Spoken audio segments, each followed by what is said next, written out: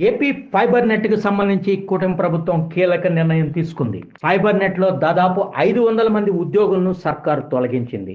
సూర్య enterprises ద్వారా నియమించిన వారందరూ కూడా ఈ నెలాఖరుకు ఫైబర్ నెట్ నుంచి తొలగనున్నారు.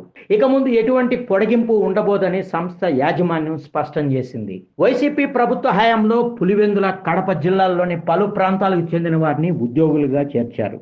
ఈ ఉద్యోగులంతా ఫైబర్ నెట్ కార్యాలయంలో పని చేయకుండానే జీతాలు తీసుకోవడంపై విజిలెన్స్ విచారణ కూడా సాగుతుంది.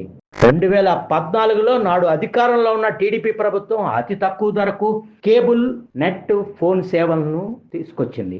తక్కువ ధరకే నెట్ రావడంతో ఏపీలో పెద్ద సంఖ్యలో కనెక్షన్లు తీసుకున్నారు. వైసీపీ ప్రభుత్వం అధికారంలోకి వచ్చిన అనంతరం ఏపీ ఫైబర్ నెట్ను పూర్తిగా నిర్వీణం చేశారు. అవినీతి, అక్రమాల ఆరోపణలు వచ్చాయి.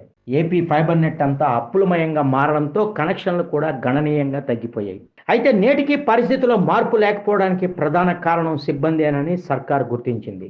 ఎందుకంటే వైసీపీ అనుంగులే ఉద్యోగులుగా ఉండడంతో కూటమి ప్రభుత్వం తీసుకున్న ఏ నిర్ణయం కూడా అమలు కాని పరిస్థితి నెలకొనింది. గత ప్రభుత్వ హయాంలో దాదాపు 5,400 కోట్ల ఆర్థిక లావాదేవీలు జరగగా దాదాపు 500 కోట్ల అక్రమాలు జరిగినట్టు ప్రాథమికంగా నిర్ధారణ కావడంతో ప్రభుత్వం అప్రమత్తమైంది.